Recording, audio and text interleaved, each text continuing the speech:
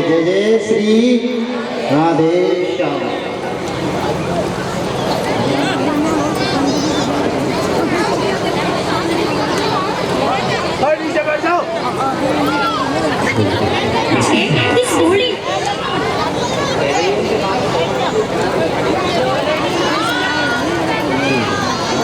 बोले भाई बिहारी लाल की। अब कथा को सुने।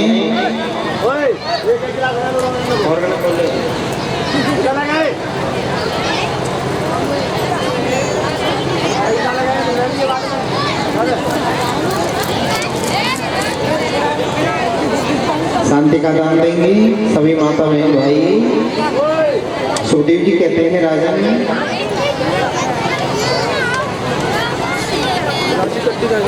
स्वामु मनु के पुत्र हैं जिनका नाम है उत्तानपाद।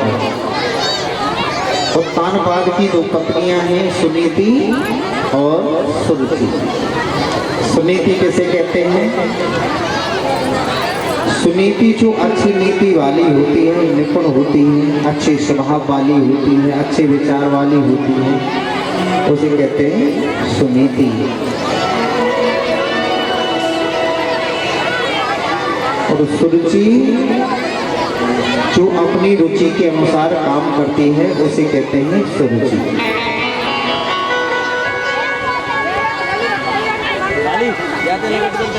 राजा उत्तानपाद अपनी पत्नी सुरुचि से ज्यादा प्रेम करते हैं।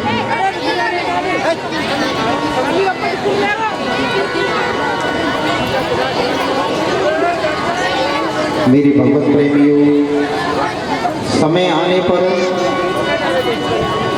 सुनीति भी गर्भवती हो गई और सुरुचि भी गर्भवती हो गई।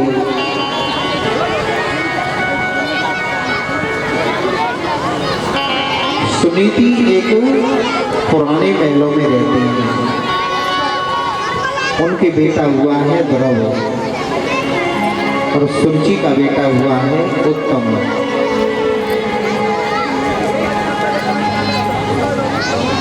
आज ध्रुव अपनी माँ से कहने लगे, माँ मेरे पिता कहाँ हैं? क्योंकि जब जब बच्चे खेलते हैं तो सब अपने पिता की बात करते हैं, पर ध्रुव जी को पता नहीं कि मेरे पिता कौन है और कहाँ हैं। सुनीति ने कहा कि बेटा ध्रुव, तुम्हारे पिताजी राजमहल में बैठे हैं। जैसे ही ध्रुव जी गए हैं, दोनों हाथ लंबे किए हैं कि पिताजी को प्रणाम किया है।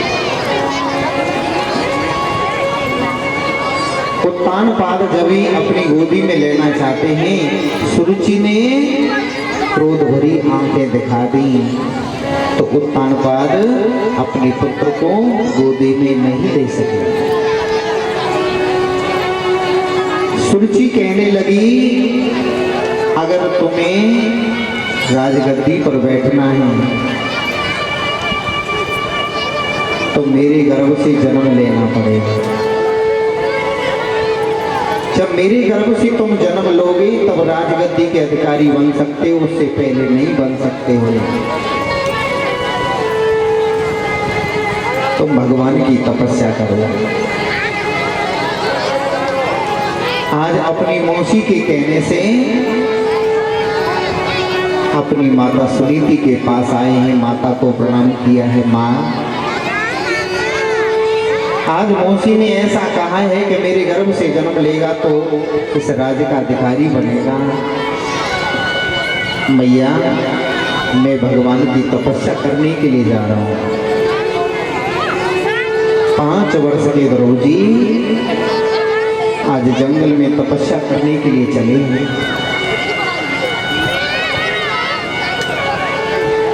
माता ने कहा, सुनीति ने कहा, बेटा अगर सामने से कोई संत भगवान आ जाए तो बेटा उनको प्रणाम करना। ये क्या है? माता अपने संतान को संस्कार देती है।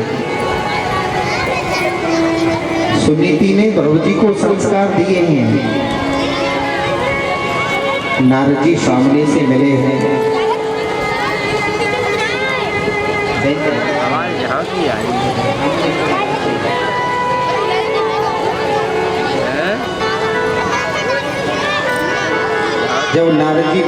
नारद जी को प्रणाम किया है। नारद जी बोले बेटा कहाँ जा रहे हो? कि बाबा मैं तपस्या करने के लिए जा रहा हूँ। आज नारद जी ने मंत्र दे दिया, ओम नमो भगवते वासुदेव। बेटा यहाँ से थोड़ी दूर मधुवन है, मधुवन में जाकर के तुम तपस्या करना, भगवान प्रसन्न हो जाएंगे। आज द्रौपदी ने घोर तपस्या की है और ओम नमो भगवते वासुदेवाय इस मंत्र का जाप किया है। तो आप और हम मिलकर के इस मंत्र का जाप करते हैं। सभी ताली बजाएंगे।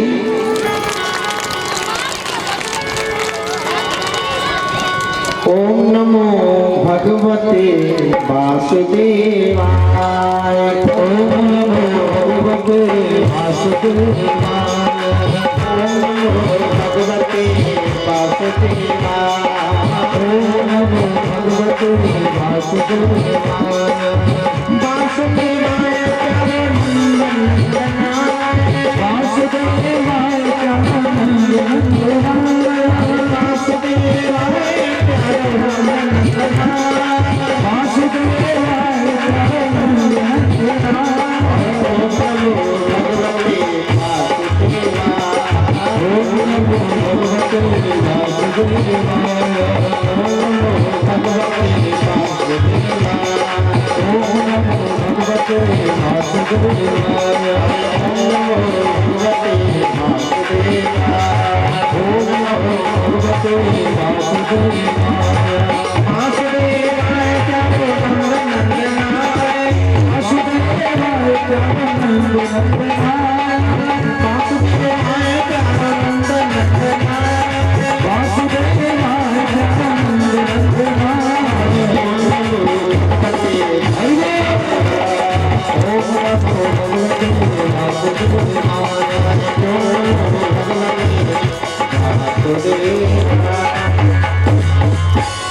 बोले वासुदेव भगवान की जय। जय जय श्री राधे श्याम। ओम नमो भगवते वासुदेवाय। इस मंत्र का जाप किया है। पहले महीने में वेद और वेद के फल खाए हैं, तपस्या की है। इस तरह से द्रौपदी ने घोर तपस्या की है। ओम नमो भगवते वासुदेवाय। जीवन में गुरु बनाना भी परम आवश्यक है। गुरु कैसे कहते हैं? कहते हैं अंधकार को गुरु कहते हैं प्रकाश को। जो अंधकार को निकाल करके प्रकाश देता है उसे गुरु कहते हैं। तुलसीदास जी ने लिखा है,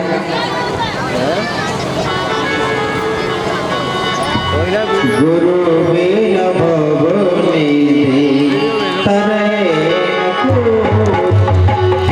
गुरु बिन भव में तरह कोई।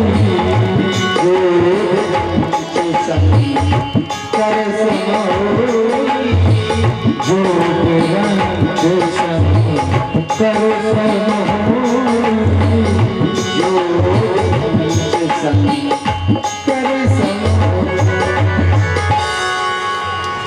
बोले बांके बिहारी लाल की जय हो। तो जीवन में गुरु बनाना परम आवश्यक है।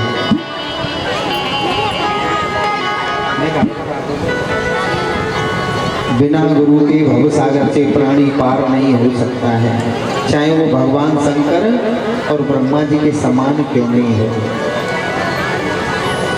आज द्रौपदी ने गुरु जी बनाए हैं और यमुना किनारे पर ओम नमो भगवते वासुदेवाय इस मंत्र का जाप किया है।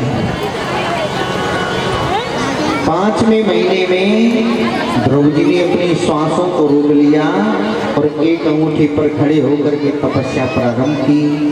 तो भगवान प्रसन्न हो गए और नारायण भगवान ने दर्शन दिया है।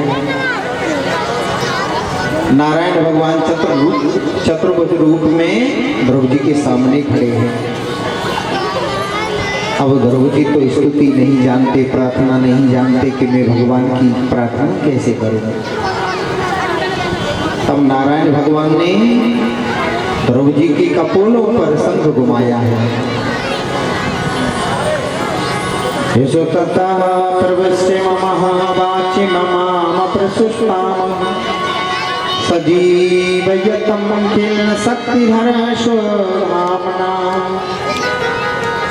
अन्यास्य व्यक्तर अन्यास्य हस्तचरण स्वर्णत्वागादीनं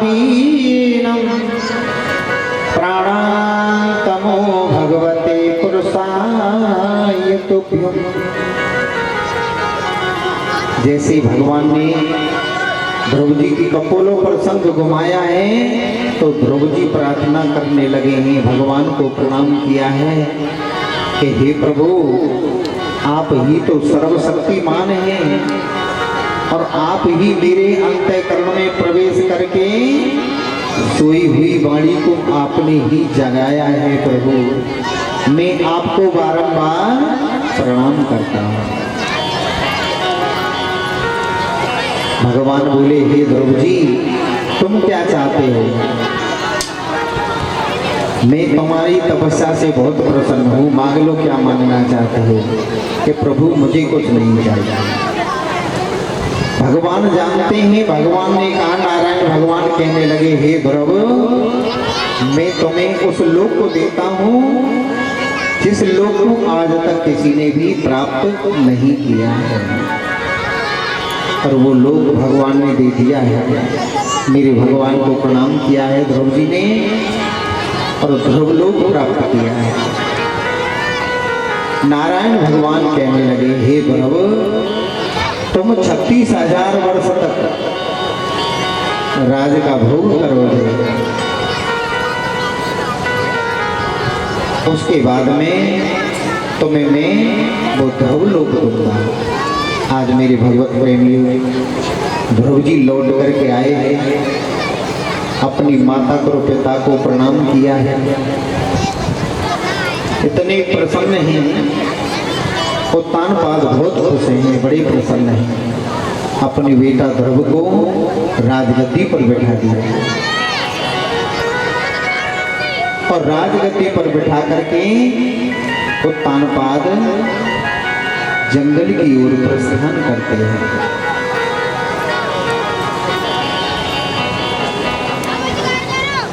तो मेरे भगवत प्रेमियों, देवी शक्ति स्वरूपा माता और बहनों, नन्हे मुन्ने बच्चों, 36,000 वर्ष तक ध्रुव जी ने राज सिंहासन का भोग किया है। राज सिंहासन पर बैठे हैं, धर्म पूर्वक राज सिंहासन संभाला है। उसके बाद में सुषमार की बेटी है जिसका नाम है भ्रमी। भ्रमी के साथ में ध्रुव जी का विवाह हुआ है।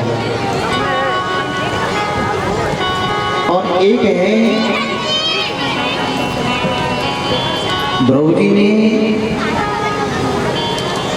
अपने बेटा को उत्कल को राज सिंहासन सौंप दिया है, राज सिंहासन पर बिठा दिया है।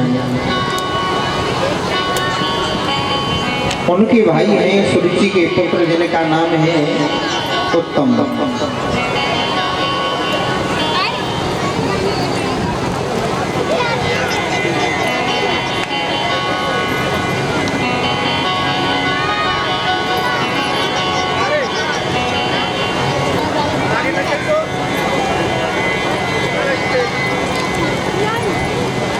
बोले बाप के बिहारी लाल की जय जय श्री राधे। तो मेरे भगवत प्रेमियों, आज ध्रुव जी ने सुना है कि यज्ञों ने सुरुचि के बेटा को मार दिया है। आज ध्रुव जी सेना लेकर के गए हैं, यज्ञों से युद्ध करने लगे। उसी समय पर स्वामो मनु आ गए और स्वामो मनु जी ने समझाया है कि हे ध्रुव जी, तुम यज्ञों को मारना छोड़ दो। तब ध्रुव जी लौट करके आए हैं, बद्रिकाश्रम की ओर गए हैं। बद्रिकाश्रम में जाकर के ध्रुव जी ने घोर तपस्या की है। वहां मृत्यु देवी आई और मृत्यु देवी कहने लगी कि तुम विमान में बैठ करके इस तरह से नहीं जा सकते हो, क्योंकि भगवान के यहाँ से सुनंद और नंद नाम के दो पार्षद विमान लेकर के आए। ध्रुव जी बैठने लगे तो मृत्यु देवी खड़ी हो गई। तो मृत्यु देवी का सम्मान किया है ध्रुव जी ने और सिर पर पैर रख करके ध्रुव जी विमान में चढ़ जाते हैं। अपनी माता सुनीति की याद आती है तो सुनंद और नंद से ध्रुव जी पूछने लगे कि मेरी माँ का विमान कहाँ है, कि तुम्हारी माँ का विमान तो आगे चल रहा है। जिस घर में ऐसा बेटा जन्म लेता है तो उसकी 7 पीढ़ियां कर जाती हैं। बोले बांके बिहारी लाल की जय हो। सभी देवता पुष्पों की वर्षा करने लगे हैं और ध्रुव जी अब चल गति प्राप्त की है और ध्रुव जी ध्रुव लोक में पहुंचे। बोलिए राधा रमण भगवान की जय जय। सुखदेव जी कहते हैं राजन 12 भगवान ने हिरण्यक का उद्धार कर दिया था। उसी दिन से हिरण्यक का जो भाई है उसका नाम है हिरण्यकश्यप। आज हिरण्यकश्यप घोर तपस्या करने के लिए मद्राचल घाटी में चला जाता है। ये जो हिरण्यकश्यप की पत्नी है उसका नाम है कयादु। समय आने पर कयादु के 3 बेटा हुए थे, हेलाद, अनहेलाद और सहेलाद।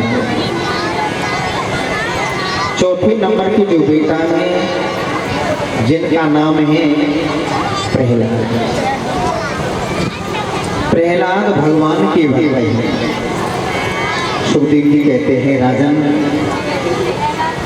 जब हिरण्यकश्यप घोर तपस्या करने के लिए गया तो वहाँ एक तोता नारायण नारायण का जाप कर रहा था। कयादु ने पूछा कि हे पतिदेव तुम तपस्या करने के लिए गए थे तो तुमने तपस्या क्यों नहीं की? कि हे कयादु वहाँ एक तोता नारायण नारायण का जाप कर रहा है इसलिए मैंने वहाँ तपस्या करना उचित नहीं समझा। कयादु ने 108 बार नारायण का जाप कराया। कितनी बार? 108 बार। उसके बाद में हिरण्यकश्यप मद्राचल की घाटी में घोर तपस्या करने के लिए गए। उसी दिन प्रहलाद गर्भ में प्रवेश हो गए। इंद्र स्वर्ग लोक से आया, कयादु का हरण करके ले गया। आज ब्रह्मा जी हिरण्यकश्यप की तपस्या से प्रसन्न हुए। हिरण्यकश्यप से कहा कि हे हिरण्यकश्यप तुम मांग लो क्या मांगना चाहते हो। हिरण्यकश्यप ने कहा हे प्रभु आप देना चाहते हो तो मैं कभी मरूं नहीं, मैं अजर अमर रहूं। ब्रह्मा जी बोले कि जिसने जन्म लिया है हे हिरण्यकश्यप उसे तो एक दिन मरना पड़ता है, उसकी मृत्यु निश्चित है और तुम वरदान मांग लो। हिरण्यकश्यप कहने लगा हे प्रभु अगर वरदान देना चाहते हो न मैं भीतर मरूं न मैं बाहर मरूं न मैं नीचे मरूं न ऊपर मरूं न भीतर मरूं न बाहर मरूं न 12 महीने में किसी महीने में मरूं न रात्रि में मरूं न दिन में मरूं न किसी अस्त्र से मरूं न किसी शस्त्र से मरूं न 12 महीने में किसी महीने में मरूं। ब्रह्मा जी बोले तथास्तु ऐसा ही हो। आज मेरे भगवान ने हिरण्यकश्यप का उद्धार करने के लिए प्रभु ने सोचा है कि अब मुझे एक एक दिन कम करना पड़ेगा। जब 13वां महीना तैयार होगा, 13वां महीना ये परसोत्तम मास है। जो परसोत्तम मास जो लौन का महीना आता है, ब्रज की परिक्रमा होती, ये 13वां महीना भगवान ने हिरण्यकश्यप का उद्धार करने के लिए ही बनाया। सुखदेव जी कहते हैं, राजा आज हिरण्यकश्यप लौट करके आया है और नारद जी के पास में कयादू है, एक छोटे से बच्चे का जन्म हुआ है। उस बच्चे को लेकर के, जिसका नाम है प्रहलाद, प्रहलाद को लेकर के आए हैं। प्रहलाद को सत्संग मिला है तो नारायण का नाम लेते हैं, श्रीमन नारायण भगवान का कीर्तन बोलते हैं। सभी बोलेंगे, श्रीमन नारायणी